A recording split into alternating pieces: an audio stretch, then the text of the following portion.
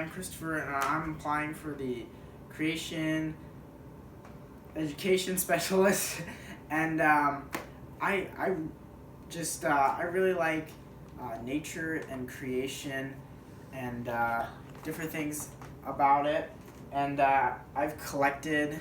Every time I go somewhere, I like to collect new creatures. I got scorpions, tarantulas, different types of beetles, and I'd like to show you them and what I hope to do if I become the creation specialist. And so, usually the kids come and I would take care of the creatures for them, and then at the end of the week I'd let them go, and then the next week I would take care of them again. But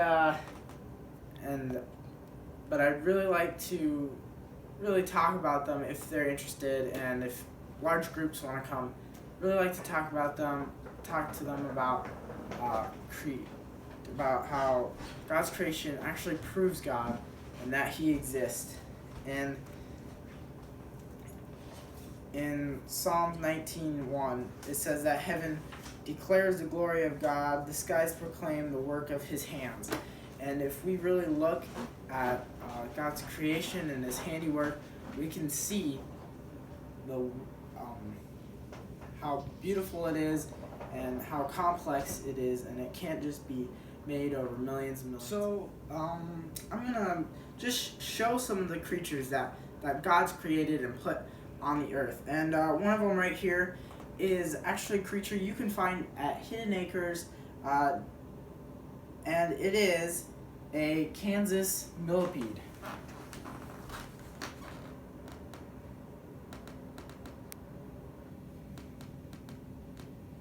And a lot of people get these mixed up with millipedes mixed up with centipedes. Now centipedes, one way you can tell the difference between a millipede and a centipede is centipedes have the legs on the outside of their bodies, and millipedes actually have them on their bellies, like so.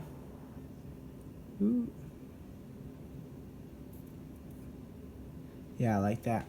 And so centipedes will have them on the sides. And now both of them are poisonous. Centipedes have fangs. So on their mouth they have fangs, and they'll bite their prey and then eat it.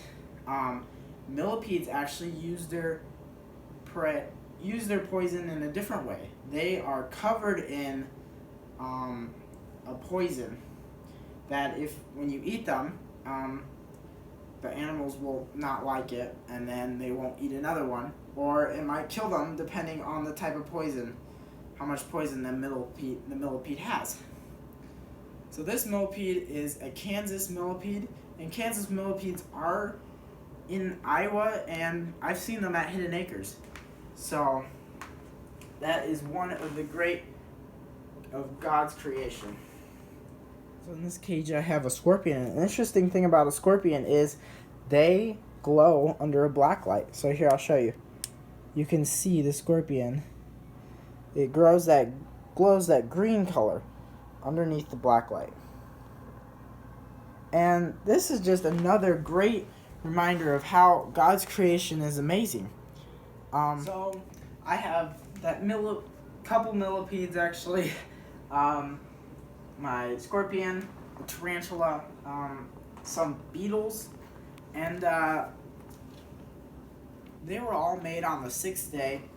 When God, it says here, Genesis 1:24, and God said, "Let the land produce living creatures according to their kinds, the livestock, the creatures that move along the ground, and the wild animals, each according to its kind." And it was so. And it just shows how powerful God is, that He was able to not even to make these little creatures, but also the large animals like elephants, giraffes, all the large ones, just by speaking. And scorpions are venomous. All scorpions are venomous. All spiders are venomous. It just depends on what level of venom they have For example, like the daddy longlegs, we smack them and we don't run in terror, but they're actually one of the most venomous spiders. But their fangs are so tiny that they don't affect humans because they can't reach through our skin. So, and interesting things, here I have a tarantula here, and this is my scorpion. Interesting thing about tarantulas and scorpions is that on the fall, these animals, before these animals didn't eat each other, but then in the fall, and when Adam and Eve ate the fruit, these animals, sin entered the world, and these animals started eating other animals. And we have to respect all the animals in a life on Earth, because they all live in you've heard of the food chain, but it's if you want to go Lion King, it's the circle of life. Yeah. And the circle of life keeps these animals alive, and also us. These animals, for example, scorpions and tarantulas, they keep the animals like insects in check, dangerous insects in check by eating them. Millipedes are decomposers. They eat leaves, grass, so it's not just a bunch of leaves on the ground.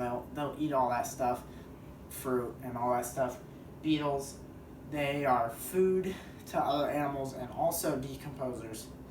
And just great creation that God's made, that they all work together. So, like I said before, just wherever we go, I like to collect different insects and bugs. So I have a lot of experience taking care of all sorts of creatures. I'm only showing bugs right now, but I've had lizards, hermit crabs, all that kind of stuff. And here's another one that we caught. I found this one in Arizona, and these creatures are ghost beetles. Now, these aren't just your typical beetles. These beetles play dead, so I don't know if they're gonna play dead for me right now. But as for like a possum, when possums play dead, it's just something that clicks in their brain, and they don't purposely play dead. They play dead. Just something in the brain snaps, and they play dead when they're feeling threatened. And then they actually release an odor too, which is very interesting. But these beetles don't. They don't release that dead odor. Now ghost beetles right now, I think it's playing dead, but it is acting dead. It's not that mental thing that snaps in their brain to make them play dead. So let's see if we can get them to start moving again. Okay, I don't think he's gonna move for us, but he might. No, he's not. But these ghost beetles, the reason why they call them ghost beetles is because right now it's black, but when it gets really hot out and the sun is beating down on them, they will turn white. They'll release a wax all over their bodies, and they'll turn white. So I have several of them in here, and they are one of my favorite creatures I have, the ghost beetle. And I've taken care of many animals, not just these bugs, For instance, I've taken care of lizards, hermit crabs, all sorts of stuff. This right here is a Holland Lop rabbit, actually. Yeah, it's a Holland Lop rabbit, a cute little bunny. Yeah, so he's one of my cute little bunnies, and I have 5 of them, and a dog, and just different creatures. So I feel that any animal that the kids can't bring in, I think I'll be able to take care of them and tell those kids something about the animal and how it points to God. So if I become the creation education specialist, what I really want the campers to experience is that they know that the world and everything is made by God and for God, and that if we look at it, we can say that is not an accident. Like, that can't have happened over millions of years of evolution, and it can't all be an accident, and that they themselves were created by God, and they know that they weren't an accident. So that's what I really want for the campers to know and experience. So that was my presentation. I hope you liked it. Thank you. Bye.